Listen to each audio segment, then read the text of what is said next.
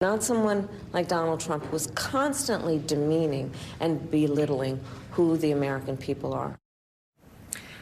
Belittling and demeaning the American people is, at this point, something most people have grown numb to, part and parcel of Donald Trump's angry, apocalyptic campaign message.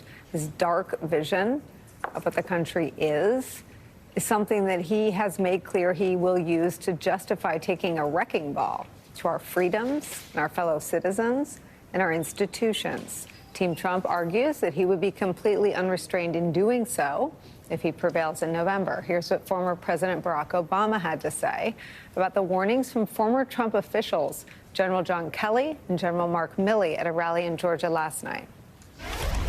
Now, I happen to know John Kelly and Mark Miller. They served under me when I was commander-in-chief. These are serious people. This is a decorated soldier and Marine who served in battle. They are not, quote-unquote, woke liberals.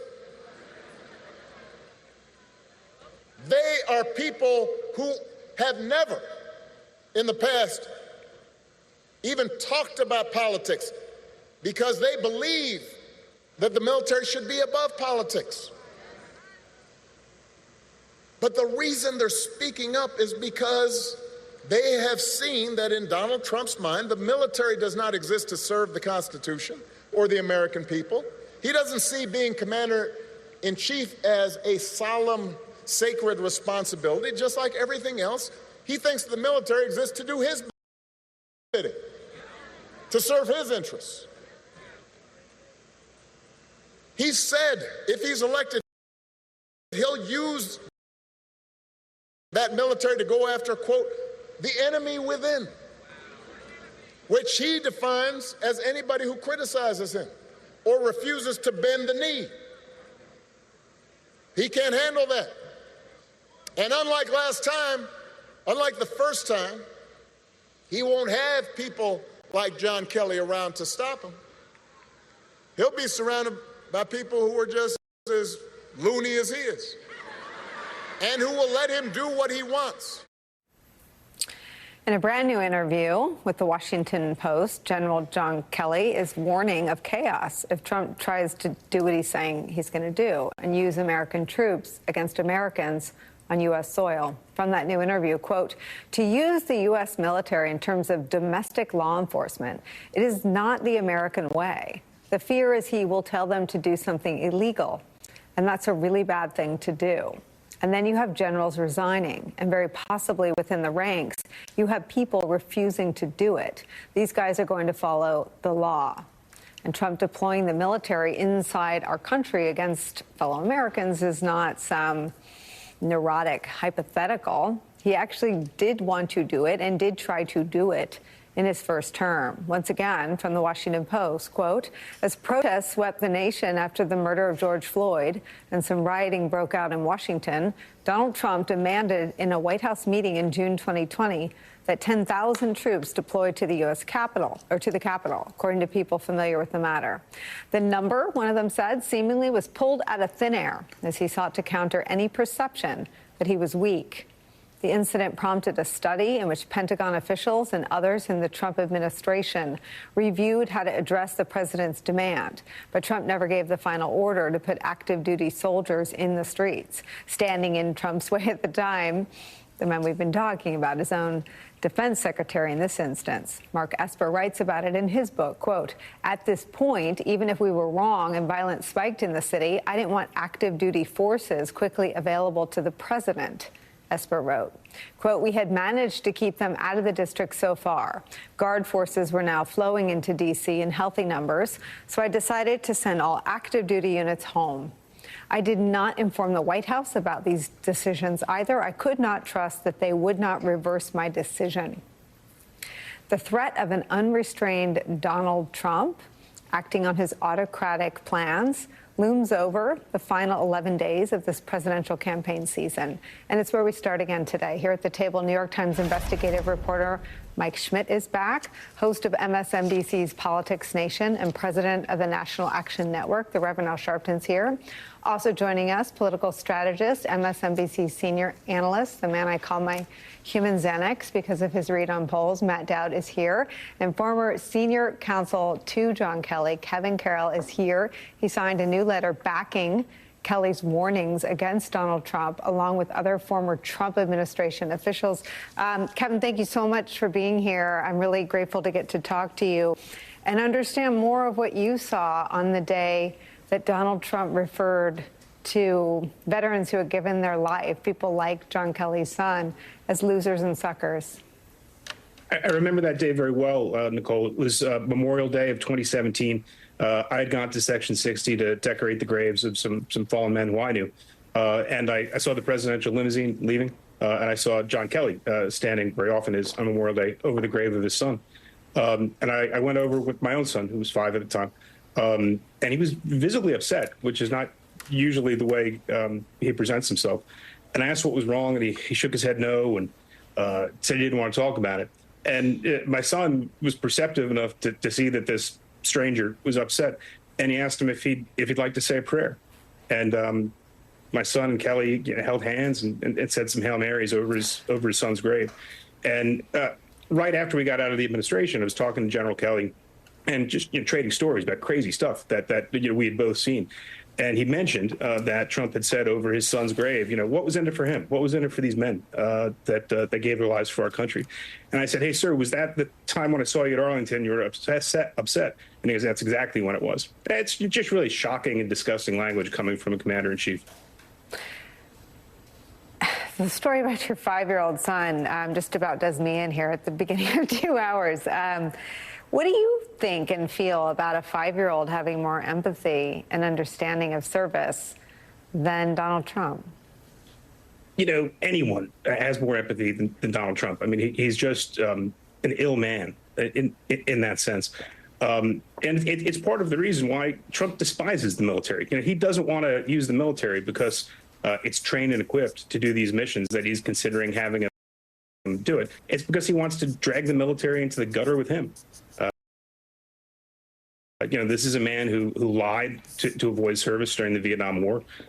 This is a man who, despite his family being financially comfortable, none of his children did any kind of public service after 9/11, much less uniform service. And the lack of empathy is exactly one of the reasons why Trump should not be allowed to be commander-in-chief of the United States, because of the likelihood that he's going to abuse the men and women under his command and order them to do illegal things to other Americans. And he's specifically named sitting members of Congress, such as Adam Schiff and Nancy Pelosi, as people whom he wants the active duty military to somehow take care of. It's a bizarre statement. I mean, the Uniform Code of Military Justice doesn't apply to civilians. What's he suggesting? That they use force against Congress? I mean, it's just absolutely a disqualifying statement from a presidential candidate. And you have some insight into the conversations happening behind the scenes among generals about what Donald Trump would do if reelected to men like General Milley and Secretary Mattis. Yeah, my understanding is that the retired general and flag officers are extremely concerned. Their strong preference is to stay out of politics. They look to the example of people like General in the Army, George Marshall, or Fleet Admiral Leahy, who didn't even vote. Presumably they supported FDR and Truman, but they didn't even vote, so that there was no appearance of them being involved in partisan politics. And that's why I think you're not going to see them come out and make any endorsements, because that cuts against the grain. But they're seriously concerned that if he's elected, that Trump will, for example, order General Milley to be returned to active duty and prosecuted under Article 88 of the UCMJ, which criminalizes the use of contemptuous words against the president and other elected officials. That would be, a gross abuse of legal authority. But facially, there's a statute and a regulation that they could use to try to do that, and they're very afraid that he'll do that. And it will just obviously cause a crisis in civil military affairs if we start having political prosecutions by the military of retirees who have bravely and appropriately spoken out against the president.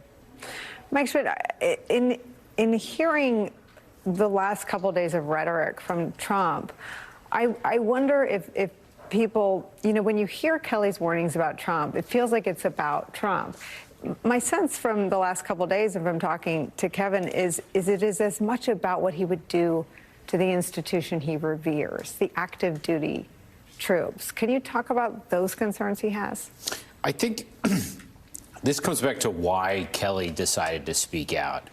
Kelly has obviously had a long period of time to come forward. There's a lot of people who have wanted to hear from him. He put out a written statement a year ago, but up until this point had not really done much, certainly in the election cycle. Over the summer, I tried to engage him on this and tried to get him to answer these questions, and he told me to get lost. I mean, in a nice way. But so what changes Kelly's mind is what Trump says just a couple of weeks ago, when Trump says that he wants to use the military domestically. And as someone who has studied Kelly and reported on his life, and I wrote this sort of mini biography of him a couple of years ago, to Kelly, the military-civilian divide is something that goes all the way back to George Washington.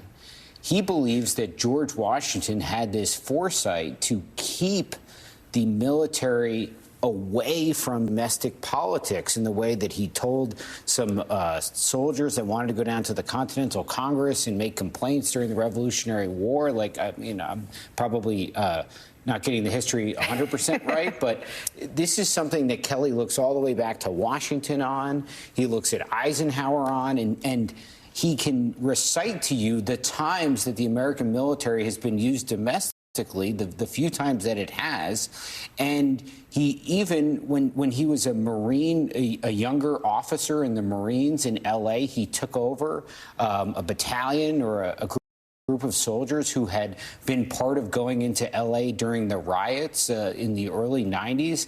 And he said that even though Kelly hadn't been in charge of this unit, they complained constantly to him about the fact that they had been used domestically. And that line to him was just too much. And that's why he does the stuff that he's done in the past few days, because it was Trump saying this publicly and not just saying it as just some random politician, as someone seeking the presidency and saying, this is what I'm going to do if I come back. There's a new ad out with some of your interview with General Kelly. Let me play that.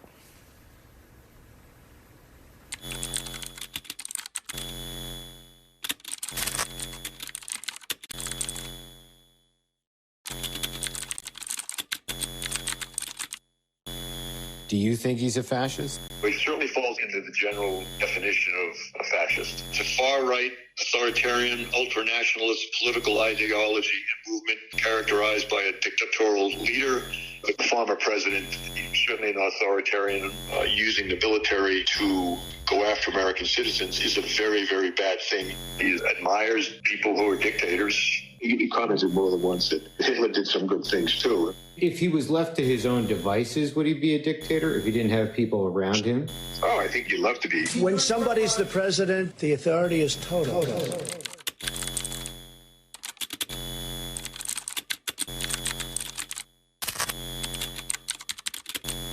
I'm Kamala Harris, and I approve this message. Matt Dowd, what do you think? Well, it's a very powerful ad. And when the conversation we had the other day, I think this is one of those sort of key moments that I think could be determinative of this race.